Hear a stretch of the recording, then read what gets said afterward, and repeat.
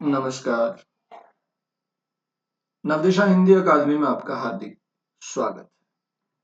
आज हम UGC net JRF और जेके सेट आदि परीक्षाओं के पाठ्यक्रम में लगी हुई कहानी 21 कहानियों में से दूसरी कहानी दुलाई वाली पर पाठ करेंगे। इस दूसरी कहानी का पाठ लंबा हो सकता है क्योंकि कहानी पहली कहानी की अपेक्षा लंबी है। दुलाई वाली। नवदिशा हिंदी अकादमी आपको अच्छा मार्गदर्शन करने का एक माध्यम हो सकती है। अपना स्नेह बनाए रखें, अपना प्रेम बनाए रखें। दुलाई वाली कहानीकार बंग महिला राजेंद्र बाला घोष इसकी रचनाकार हैं। प्रथम प्रकाशन वर्ष इसका जो है वो 1907 ईस्वी और किस पत्रिका में ये प्रकाशित हुई थी तो सरस्वती पत्रिका में। अब विशेष टिप्पणी इस कहानी के बारे में कहते हैं, शुक्ल जी ने दुलाई वाली को हिंदी की प्रथम मौलिक कहानियों में स्थान दिया है। यह कहानी न केवल अपने काल का सजीव मध्यवर्गीय और रेल यात्रा का यथार्थ चित्रण करती है, बल्कि तत्कालीन स्वदेशी आंदोलन 1905 के बंग भंग के बाद की चेतना को भी वंशीधर और नवल किशोर के संवादों के माध्यम से बहुत ही स्वाभाविक रूप से रेखांकित करती है। किस आंदोलन को के प्रभाव को? बंग भंग के बाद और स्वदेशी आंदोलन जो कब उमड़ा था? 1905 के बंग भंग के बाद उमड़ा। सरस्वती पत्रिका में 1907 में प्रकाशित। हिंदी की प्रथम कहानियों में गिनी जाने वाली। अब कहानी का मूल पाठ करते हैं। भाग एक कहानी का जो है वो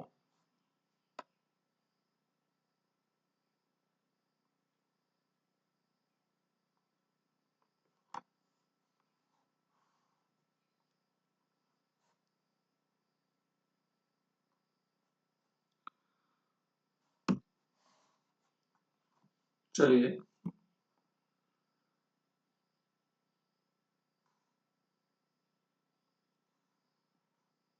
काशी जी के दशाश्वमेध घाट पर। किस घाट पर? तो सवाल पूछ सकता है शुरू से ही।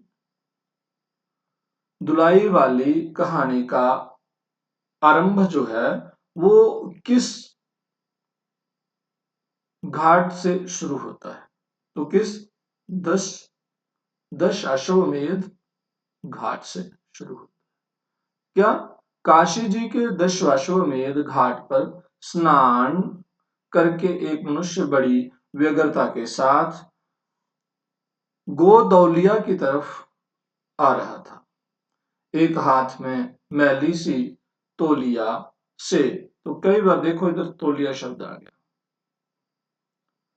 तो आज आपसे सवाल है कि तौलिया किस भाषा का शब्द है? अक्सर पेपरों में पूछा जाता है तौलिया किस भाषा का शब्द है।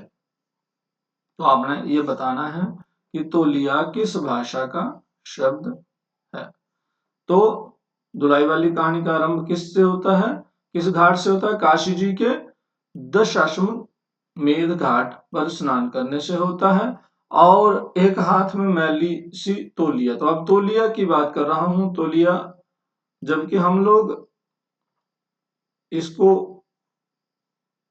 कैसे गिन रहे होते हैं बोलते हुए, मेरा तौलिया कहाँ है, मेरा टॉवल कहाँ है? तो मतलब इसका हम पुल्लिंग शब्दों में प्रयोग कर रहे होते हैं, लेकिन असल में ये स्त्रीलिंग शब्दों में आ रहा है। देखो एक हाथ में मैली सी तौलिया कहा है, लेकिन तो तौलिया स्त्रीलिंग रूप में यहाँ प्रयोग हुआ है।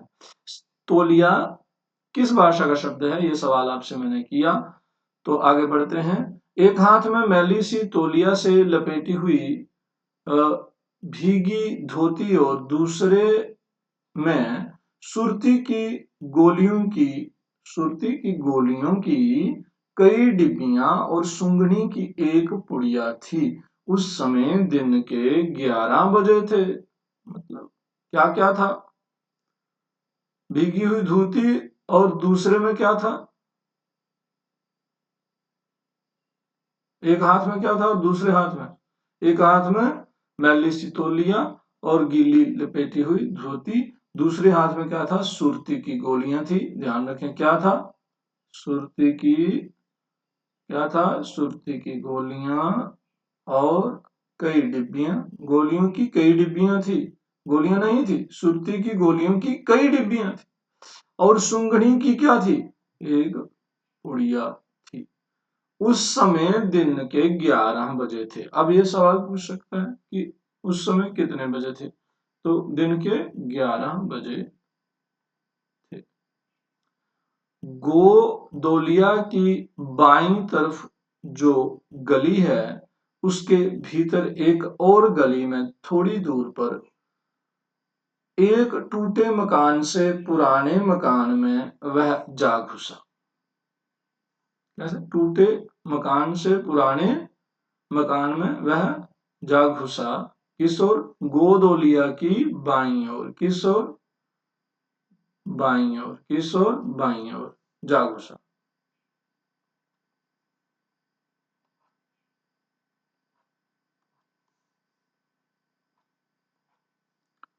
उसके भीतर एक और गली में, हाँ, तो कहा पुराने मकान में जा घुसा। मकान के पहले खंड में बहुत अंधेरा था, पर ऊपर की जगह मनुष्य के वास उपयोगी थी, यानी कि उसमें मनुष्य जो है वो रह सकता था। नवागत मनुष्य धड़धड़ाता हुआ ऊपर चढ़ गया। वहां एक कोठरी में हाथ की चीजें रख दी और सीता सीता कहकर पुकारने लगा। क्या क्या कहकर पुकारने लगा था? सीता सीता कहकर पुकारने लगा। अब यह होता है कि कहानी में जिज्ञासा बढ़े, आगे क्या हुआ, आगे क्या हुआ। तो उसी तरह की जिज्ञासा कहानी में बढ़ाने के लिए नाटकीयता का दृश्य जो है वो रचनाकार ने रचा हुआ है। कि नवागत मनुष्य धड़धड़ाता हुआ ऊपर चढ़ गया, और वह एक कोठरी में हाथ की चीजें रख दी, और क्या किया उसने वहां? उसने और क्या चिल्लाने लगा था? सीता सीता कहकर पुकारने लगा। क्या है? कहती हुई एक 10 बरस की बालिका। कितने बरस की बालिका थी सीता? क्या है कहती हुई? कौन आई? एक 10 बरस की बालिका। जो भी इस तरह के आंकड़े कोई आ रहे हैं, उस समय कितने बजे थे? 10-11 बजे थे। अब ये बालिका कितने उम्र की है? 10 बरस की है। तब उस पुरुष ने कहा, सीता जरा अपनी बहन को बुला ला। किसको बुलाने को कहा था? अपनी बहन को। अच्छा कहकर सीता चली गई, और कुछ देर में एक नवीन स्त्री आकर क्या करती है? उपस्थित हुई। उसे देखते ही पुरुष ने कहा, लो, हम लोगों को तो आज ही जाना होगा। सीता चली गई, और कुछ ही देर में क्या हुआ? एक कोई नई स्त्री, नवीन स्त्री आकर उपस्थित हो गई। उसने पुरुष से क्या कहा? अब ये पुरुष कौन है ये नहीं पता चला। पुरुष से क्या कहा? लो, हमें तो, हम लोगों को तो आज ही जाना होगा। फिर इस बात को सुनकर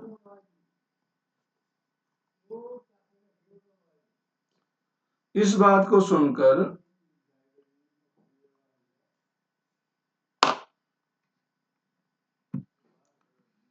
इस बात अब देखो यार, को सुनकर स्त्री कुछ आश्चर्य युक्त होकर झुंझलाकर बोली, आज ही जाना होगा? यह क्यों? भला आज कैसे जाना हो सकेगा? ऐसा ही था तो सवेरे भैया से कह देते। तुम तो जानते हो कि मुंह से कह दिया बस छुट्टी हुई। लड़की कभी विदा की होती तो मालूम पड़ता। आज तो किसी सूरत में जाना नहीं हो सकता।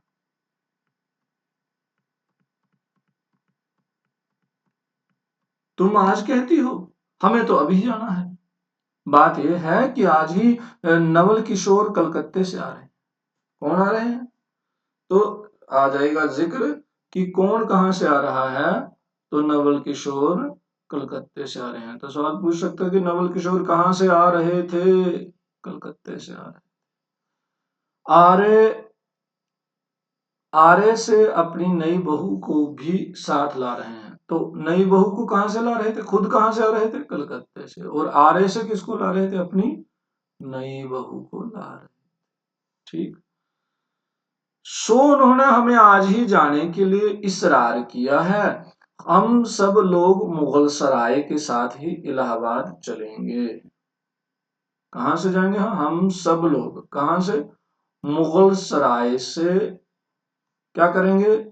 से साथ ही इलाहाबाद चलेंगे। अब नवल किशोर से कलकत्ते, नवल किशोर जो है वो कलकत्ते से आ रहे हैं और किसको साथ में ला रहे हैं?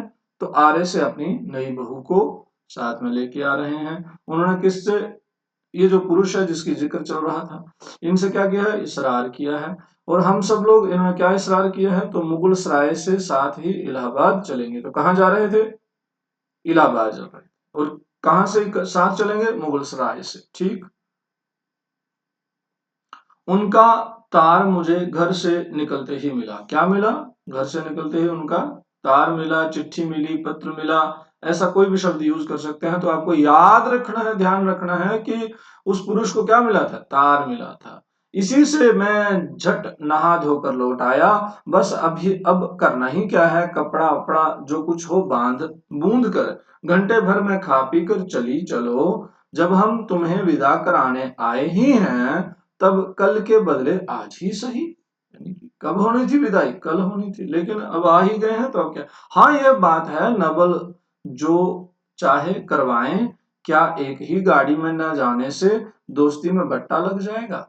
हाँ, यानी कि नवल उसका दोस्त है, कहती है नवल जो चाहे वो करवा ले, एक गाड़ी में ना जाने से दोस्ती में बट्टा लग जाएगा। अब तो किसी तरह रुकोगे नहीं, जरूर ही उनके साथ जाओगे, पर मेरे तो नाकों दम आ जाएगी। अब क्या आ जाएगी? नाको दम आ जाएगी। किस बात, क्यों, किस बात के लिए? उनकी हंसी से। और किससे? किससे? हंसी ठट्ठा राह में अच्छे अच्छा लगता है या अच्छी लगती है? उनकी हंसी मुझे नहीं भाती। एक रोज मैं चौके में बैठी पूड़ियां काट रही थी। क्या कर रही थी? पूड़ियां काट रही थी। तो क्या हुआ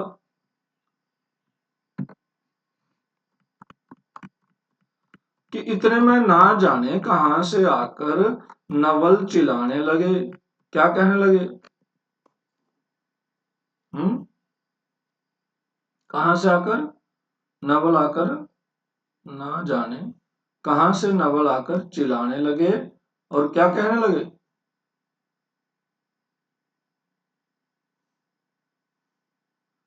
ए बुआ, ए बुआ, देखा तुम्हारी बहू पूड़ियां खा रही है। मैं तो मारे शर्म के मरसी गई। हाँ, भाभी जी ने बात उड़ा दी सही। वह बोली खाने दो, खाने पहनने के लिए तो आई ही हैं, पर मुझे उनकी हंसी बहुत बुरी लगी। अब क्यों उसके साथ नहीं जाना चाहती है, ये सवाल पूछते हैं। क्योंकि वो हंसी ठिठोली करते हैं। नवल, ये सवाल पूछा भी गया है मुझे लगता है। तो ये सवाल ध्यान में रखें कि वो स्त्री, बहू जिसकी विदाई होनी है, वो नवल के साथ सफर क्यों नहीं करना चाहती, क्यों नहीं जाना चाहती है? तो क्योंकि वो हंसी ठिठोली उसको करता है। बस इसी से उनके साथ नहीं जाना चाहती। अब क्या कह रहा? बस इसी से उनके साथ नहीं जाना चाहती। अच्छा चलो, मैं नवल से कह दूंगा कि बेचारी कभी रोटी तक तो खाती ही नहीं, पूड़ी क्यों खाने लगी। इतना कहकर वंशीधर कोठरी के बाहर चले आए और बोले, मैं तुम्हारे भैया के साथ पास जाता हूँ, तुम रो रुलाकर तैयार हो जाना। अरे भैया, क्या बात है, ये उस समय का कल्चर है। रो रुलाकर तैयार हो जाना। बंशी जी महाराज बंशी कोठरी के बाहर चले आए। अब वो जो नहा के दड़दड़ा कर अंदर घुसा था पुराने से घर में, रहने लायक जिसमें जगह दिख रही है, वो कौन बंदा है? ये वंशीधर महाराज कौन है? वंशीधर महाराज। अब ये किसको लिवा लाने आए हैं? अपनी पत्नी को। मैं तुम्हारे भैया के पास जाता हूं, तुम रुलाकर तैयार हो जाना। इतना सुनते ही जानकी देई की आंखें भर आई और आषाढ़ सावन की ऐसी झड़ी लगी, आषाढ़ सावन की ऐसी झड़ी लग गई। अब जरा समझिए, दो पात्र हमारे सामने आ गए। एक इससे पहले आया था जिसका नाम था सीता, नवल, उसकी कोई बहन है जिसको बुला के लाना है। एक नवल हो गया और एक ये जानकी देवी आ गई, जिनके ऊपर कहानी मूल रूप से टिकी है। और वंशीधर और जानकी देवी पर ही ये कहानी टिकी हुई है। कहानी का पहला भाग खत्म हो गया। तो स्नान करके कौन बंदा दौड़ लौटा था, तुरंत धड़धड़ा कर छत पर चढ़ गया था? तो वंशीधर था। उसे किसका तार मिला था? नवल किशोर का तार मिला था। नवल किशोर कहाँ से आया था? कोलकाता से आया था। क्या तय हुआ था कि मुगल सराय से इकट्ठे ही इलाहाबाद साथ साथ चलेंगे। साथ में किसको लेके आ रहे थे नवल? तो आरा से अपनी नई बहू को साथ में ला रहे थे। ठीक, इतने कुछ सवाल। तो सीता की उम्र कितनी थी? 12 बरस। ठीक, चलिए आगे बढ़ते हैं कहानी के भाग 2। वंशीधर इलाहाबाद के रहने वाले हैं। अब पता चला कि कौन था वो वंशीधर था, जिसके पास क्या क्या था सामान जो घुसा था अंदर घर में। तो अब वंशीधर का परिचय शुरू हो गया।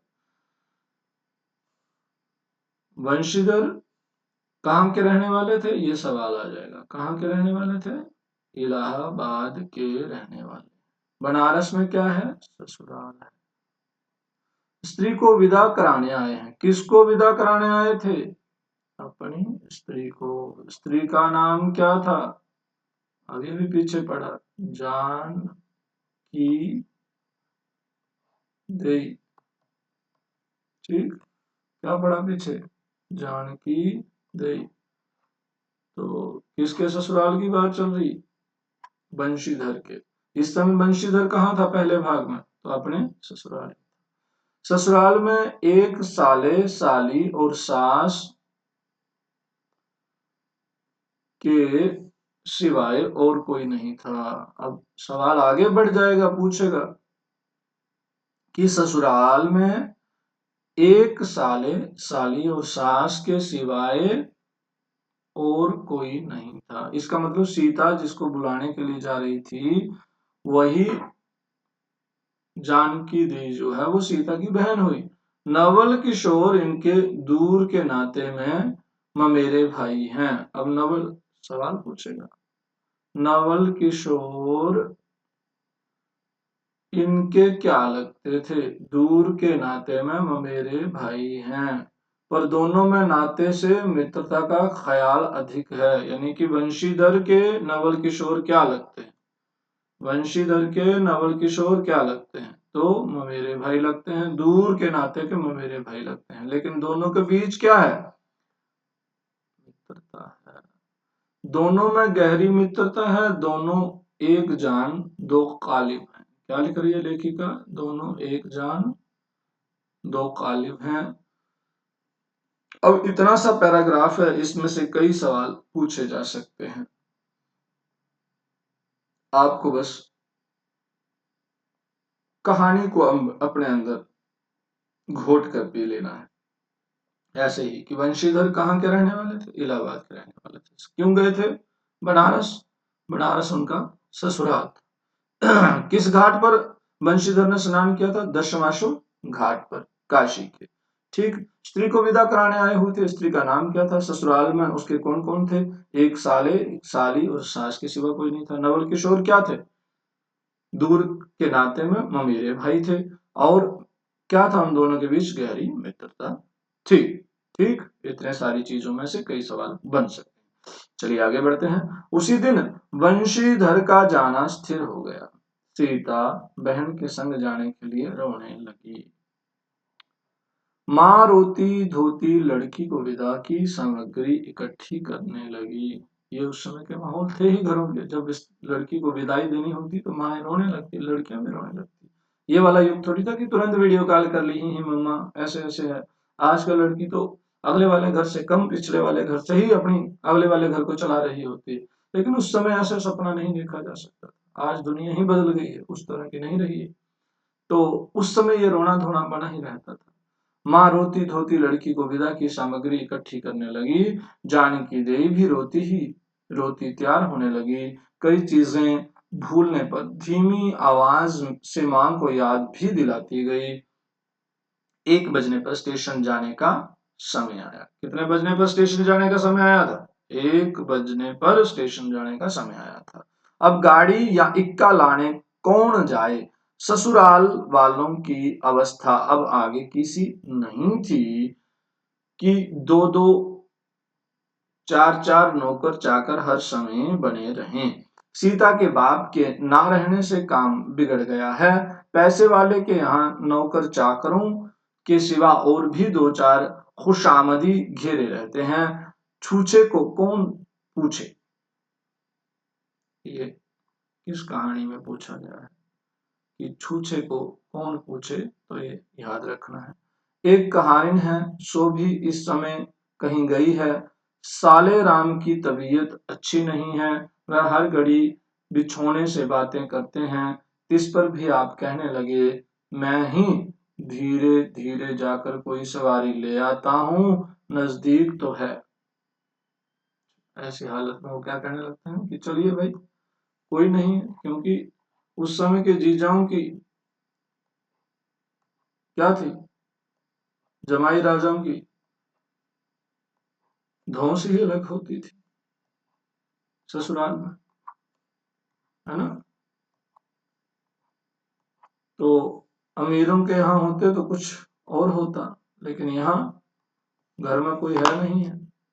एक कहारिन है वो भी घर में नहीं है, साला है बीमार चल रहा है। क्या कहा वंशीधर ने? वंशीधर बोले नहीं नहीं तुम क्यों तकलीफ करोगे, मैं ही जाता हूं।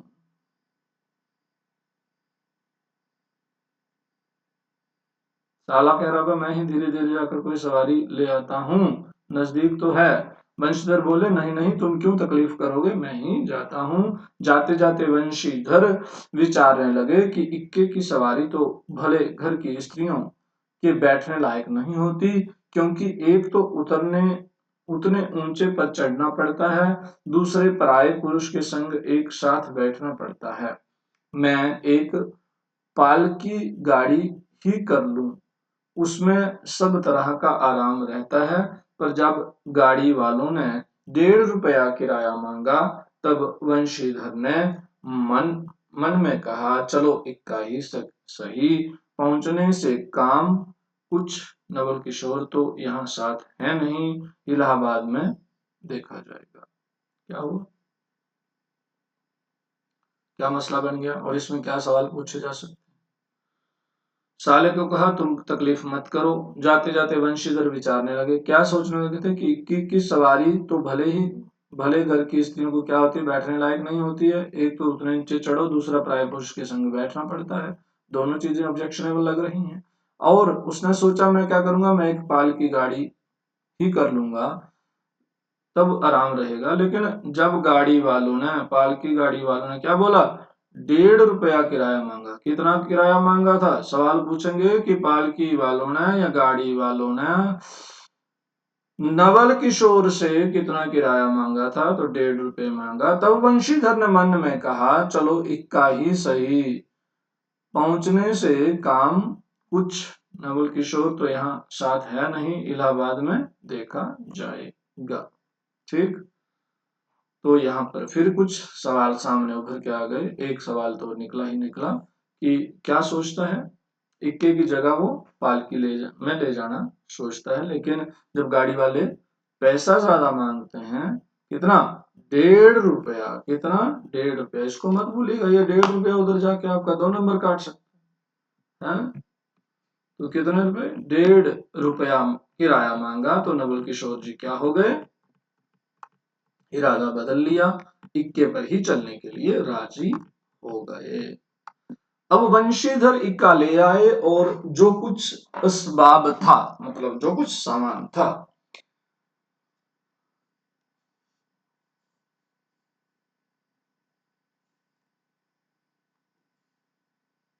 इक्के पर रखकर आप भी बैठ गए। ठीक। जानकी देवी बड़ी विकलता से रोती हुई इक्के पर जा बैठी, पर इस स्थिर संसार में स्थिरता कहाँ है? ये संसार तो चलता मन है, चलायमान है, इसमें स्थिरता कहाँ है? यहाँ कुछ भी स्थिर नहीं। इक्का जैसे जैसे आगे बढ़ता गया वैसे वैसे ही जानकी की रुलाई भी कम होती गई। सिकरौल के स्टेशन पर, कौन से स्टेशन पर? सिकरौल के स्टेशन के पास पहुंचते पहुंचते जानकी अपनी आंखें अच्छी तरह पहुंच चुकी थी। दोनों चुपचाप चले जा रहे थे कि अचानक बंशीधर की नजर अपनी धोती पर पड़ी। अरे, एक बात तो हम भूल ही गए, कहकर पूछता सा उठे। हैं, कैसे, क्या हो गए? पछता से उठा। इक्के वाले के कान बचाकर जानकी ने पूछा, क्या हुआ? क्या कोई जरूरी चीज भूल आए? नहीं, एक देशी धोती पहनकर आना था, तो भूल कर विलायती ही पहनी आए। कौन सी धोती पहन के आना था और भूल कर कौन सी डाल के आ गया? और देशी धोती क्यों पहन के आना था? विलायती नहीं पहननी थी। समझ रहे? क्यों नहीं पहननी थी? इसका जवाब मिलेगा। नवल कट्टर स्वदेशी हुए हैं ना। नवल क्या हो गए हैं? नवल इनके मित्र हैं। नवल क्या हो गए हैं? स्वदेशी आंदोलन की बात चल रही है, तो क्या है? विदेशी कपड़ों का बहिष्कार चल रहा है, और नवल ठहरे कट्टर स्वदेशी, तो काम बिगड़ सकता है। इसलिए पछतावा हो गया। किसको? वंशीधर को, अपनी धोती देखकर। अब वह बंगालियों से भी बढ़ गए हैं, देखेंगे दो चार, सुनाए बिना ना रहेंगे। और बात भी ठीक है, नाहक विलायती चीजें मोल लेकर क्यों रुपए की बर्बादी की जाए? देशी लेने से भी दाम लगेगा, सही रहेगा तो देश में ही।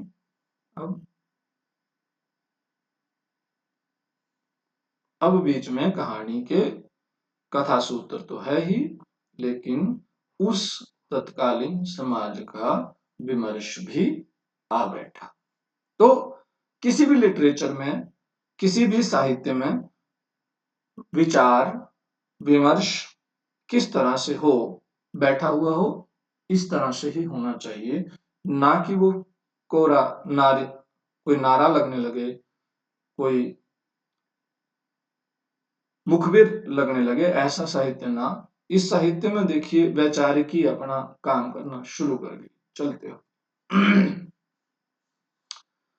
आगे बढ़ते हैं। अब यहाँ उस समय की तत्कालीन परिस्थितियों को लेखिका ने जगह देना शुरू कर दी। जानकी जरा भौहें टेढ़ी करके बोली, धोती तो धोती, पहनने से काम, क्या यह बुरी है? इतने में स्टेशन के कुल्लियों ने आ घेरा। बंशीधर एक कुल्ली कुली करके चले।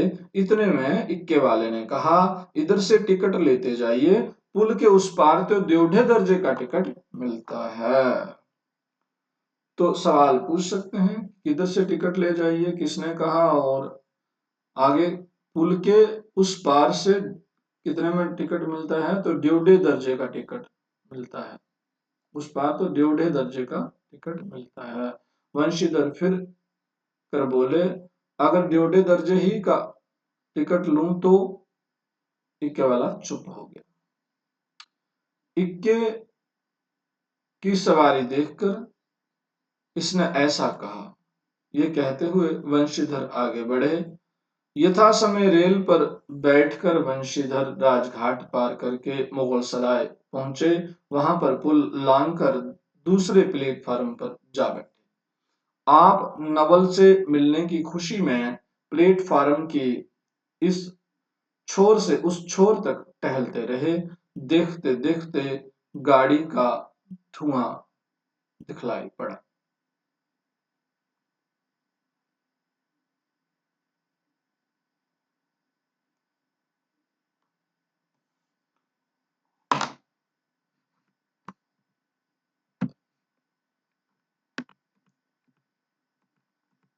मुसाफिर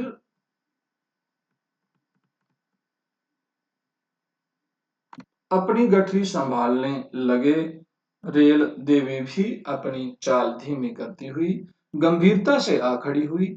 वंशीधर एक बार चलती गाड़ी वंशीधर एक बार चलती गाड़ी ही में शुरू से आखिर तक देख गए, पर नवल का कहीं पता नहीं। वंशीधर फिर सब गाड़ियों को दोहरा गए, तहरा गए, भीतर घुस घुस कर एक एक डिब्बे को देखा, किंतु नवल ना मिले। अंत को आप खिजला उठे और सोचने लगे कि मुझे तो वैसी चिट्ठी लिखी और आप ना आया, मुझे अच्छा उल्लू बनाया। अच्छा, जाएंगे कहाँ? भेंट होने पर समझ लूंगा। सबसे अधिक सोच तो इस बात का था कि जानकी सुनेगी तो ताने पर ताना मारेगी, पर अब सोचने का समय नहीं। रेल की बात ठहरी। वंशीधर झट गए और जानकी को लाकर जनानी गाड़ी में बिठाया। वह पूछने लगी, नवल की बहू कहाँ? वह नहीं आए, कोई अटकाव हो गया, कहकर आप बगल वाले कमरे में जा बैठे। टिकट तो ड्योढ़े का था, पर ड्योढ़े दर्जे का कमरा कलकत्ते से आने वाले मुसाफिरों से भरा था। इसलिए तो अब वो किस दर्जे की टिकट लेता है, ये भी सवाल पूछेगा। तो ड्योढ़े दर्जे की, है ना। आज कौन सी क्लास, कौन सी श्रेणी जिसको कहते हैं, है ना। तो ड्योढ़े दर्जे की, है ना। द्वितीय श्रेणी, तृतीय श्रेणी, ड्योढ़े श्रेणी, है ना। ड्योढ़े दर्जे का कमरा कलकत्ते से आने वाले मुसाफिरों से भरा था। इसीलिए तीसरे ही दर्जे में बैठना पड़ा। जिस गाड़ी में वंशीधर बैठे थे, उसके सब कमरों में मिलाकर कुल 10 ही 12 स्त्री पुरुष थे। कितने ही थे कुल? जिस डिब्बे में वो बैठे हुए थे, कुल 10 ही 12 स्त्री पुरुष थे। समय पर गाड़ी छूटी। नवल की बातें और ना जाने क्या अगड़ बगड़ सोचते सोचते गाड़ी कई स्टेशन पार करके मिर्जापुर पहुंची।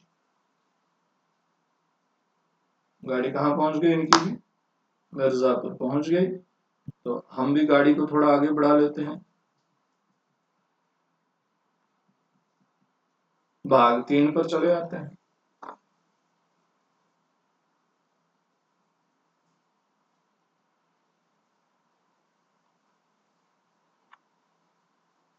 मिर्जापुर में पेटराम की शिकायत शुरू हुई। किसकी शिकायत शुरू हुई? मिर्जापुर में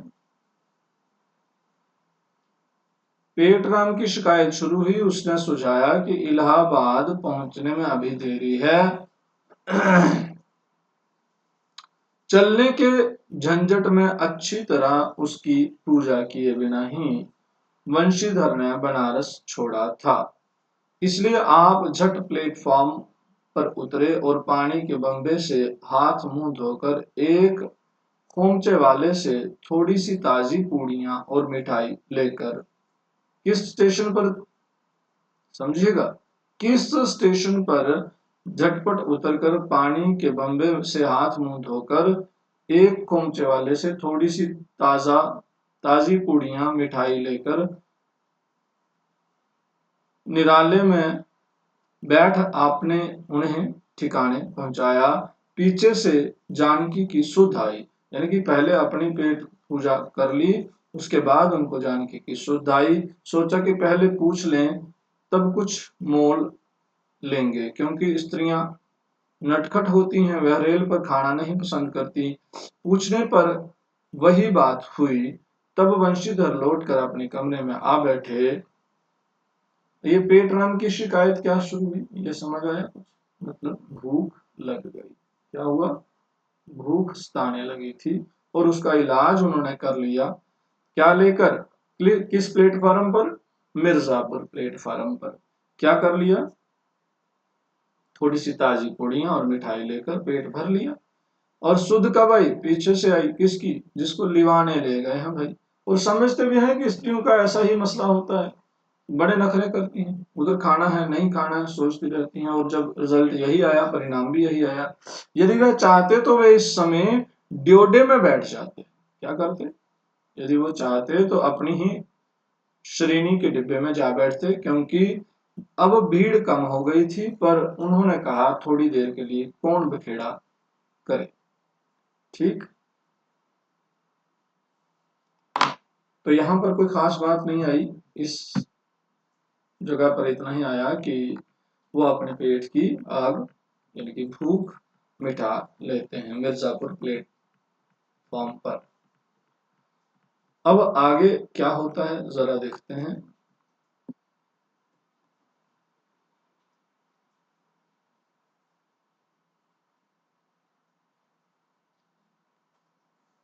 वंशीधर अपने कमरे में बैठा तो दो एक मुसाफिर अधिक देख पड़े।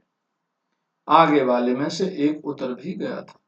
जो लोग थे सब तीसरे ही दर्जे के योग्य ही जान पड़ते थे। किस दर्जे के? तीसरे ही दर्जे के योग्य जान पड़ते थे। अधिक सभ्य कोई थे तो वंशीधर ही थे। उनके कमरे में पास वाली जगह में एक भले घर की स्त्री बैठी थी। वह बेचारी सिर से पैर तक ओढ़े। उनकी बगल में कौन बैठी थी? उन कमरे पास वाली जगह में एक भले घर की स्त्री बैठी थी। वह बेचारी सिर से पैर तक ओढ़े, सिर झुकाए, एक हाथ लंबा घूंघट काढ़े। कितने हाथ? एक हाथ लंबा घूंघट। कपड़े की गठरी सी बनी बैठी थी। वंशीधर ने सोचा इनके संग वाले भद्र पुरुष के आने पर उनके साथ बातचीत करके समय बिताएंगे। एक दो करके तीसरी घंटी बजी। तब वह स्त्री कुछ अचकचाकर थोड़ा सा मुंह खोल जंगले के बाहर देखने लगी। ज्यों ही गाड़ी छूटी वह मानो कांप सी उठी। रेल का देना लेना तो हो ही गया था। अब उसको किसी की क्या परवाह, अपनी स्वाभाविक गति से चलने लगी। प्लेटफार्म पर भीड़ भी ना थी, केवल दो चार आदमी रेल की अंतिम विदाई तक खड़े थे। जब तक स्टेशन दिखलाई दिया तब तक वह बाहर ही देखती रही, फिर स्पष्ट स्वर से रोने लगी। उस कमरे में 3-4 प्रौढ़ ग्रामीण स्त्रियां थीं। कितनी थी? 3-4 प्रौढ़ ग्रामीण स्त्रियां थीं। एक जो उनके पास ही थी कहने लगी, अरे इनकर मनई तो नाही आइलेन, हो देख हो रोवल करथईन। और दूसरी कहती, अरे दूसर गाड़ी में बैठ हुई हैं। क्या कहने लगती है कि दूसरी गाड़ी में बैठे होंगे भाई।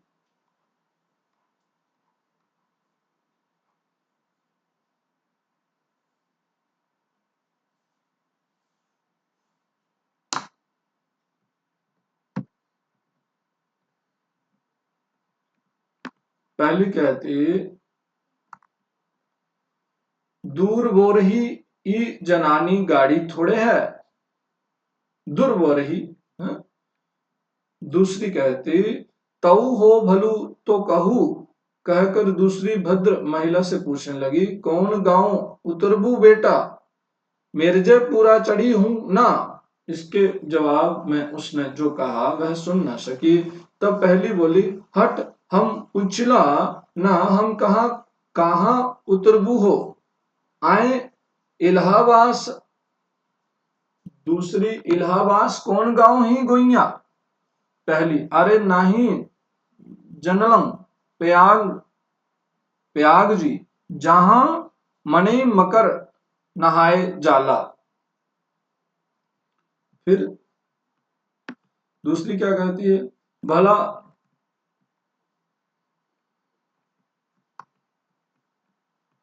त्याग जी काहे ना जानीत, ले कहे के नाही, तोहरे पंच के धर्म से चार दाई नहाए चुकी हुई। ऐसो हो सोमवारी और गहन दक्का दक्का लाग रहा, तौन तोहरे काशी जी नहाए गई रहे। पहली,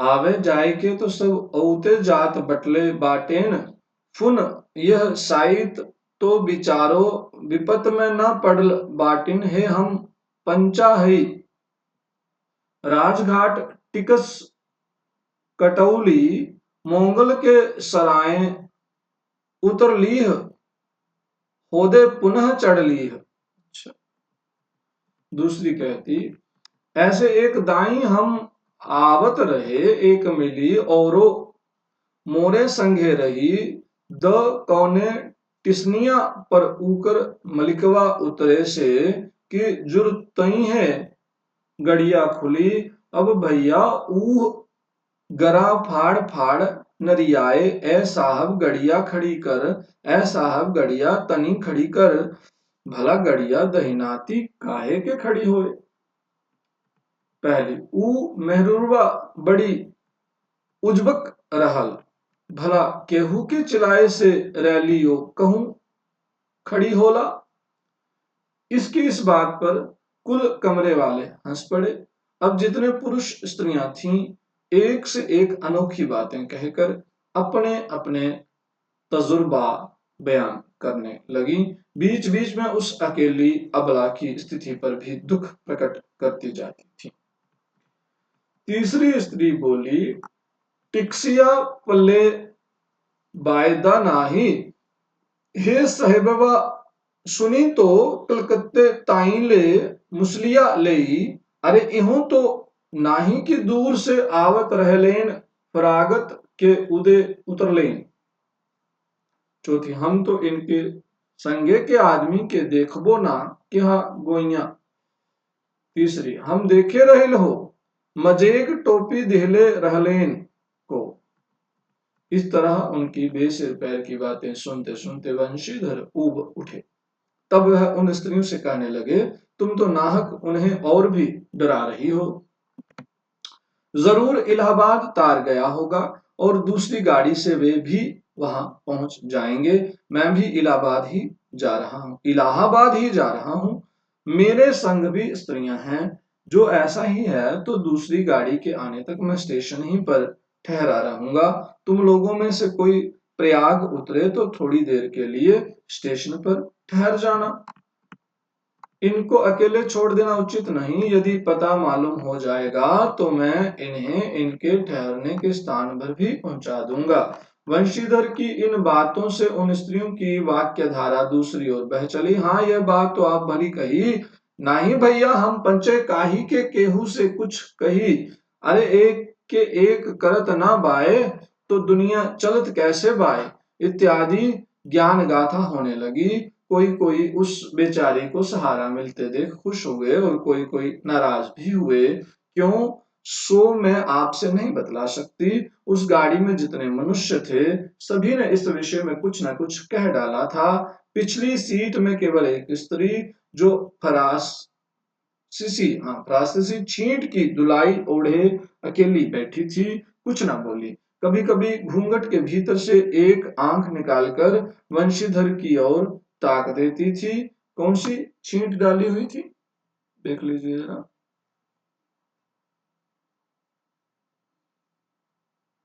फारसी छींट की दुलाई ओढ़े, जो किसको देख लेती है, बार बार वंशीधर की ओर ताक लेती है। वंशीधर सोचने लगे कि यह क्या बात है। देखने में तो यह बड़े घर की मालूम होती है, किंतु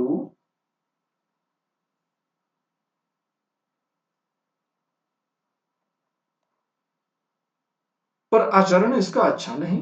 गाड़ी इलाहाबाद के पास पहुंचने को हुई। वंशीधर उस स्त्री को धीरज दिलाकर आकाश पाताल सोचने लगे। यदि तार से कोई खबर ना आई होगी तो दूसरी गाड़ी तक स्टेशन पर ही ठहरना पड़ेगा, और जो उससे भी कोई ना आया तो क्या करूंगा। जो हो, गाड़ी नैनी से छूट गई। अब उन अशिक्षित स्त्रियों ने फिर मुंह खोला, कह भैया, जो केहू बिन टिकस के आवत होए तो ओकर का सजाए होला। अरे औंका ई नाही चाहत रहा कि मेहरारू के तो बैठा देहलेन और अपुआ तौन टिकस ले के चल दिहन।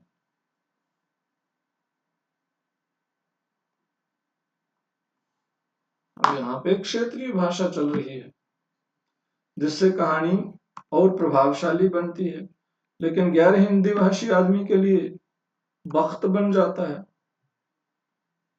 ना। किसी किसी आदमी ने यहां तक दौड़ मारी कि रात को बंशीधर इसके जेवर छीनकर रफू चक्कर हो जाएंगे। उस गाड़ी में एक लाठी वाला भी था। उसने खुल्लम खुल्ला कहा, का बाबूजी कुछ हमरो साझा।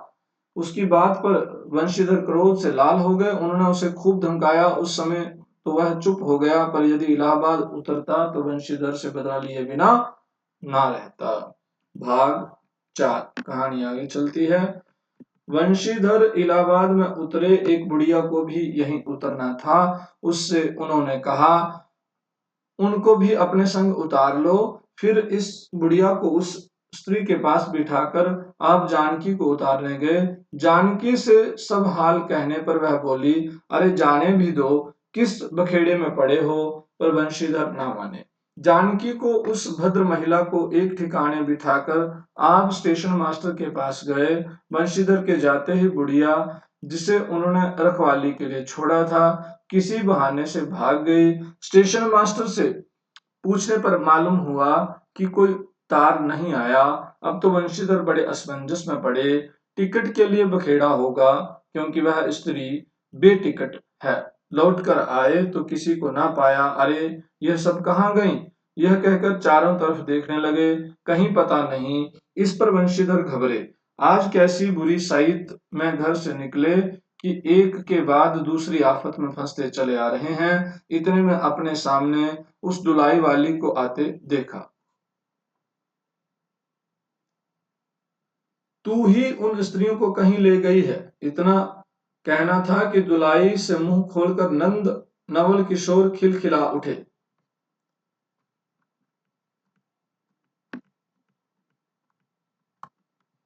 अरे ये क्या है, सब तुम्हारी ही करतूत है। अब मैं समझ गया कैसा गजब तुमने किया है। ऐसी हंसी मुझे नहीं अच्छी लगती।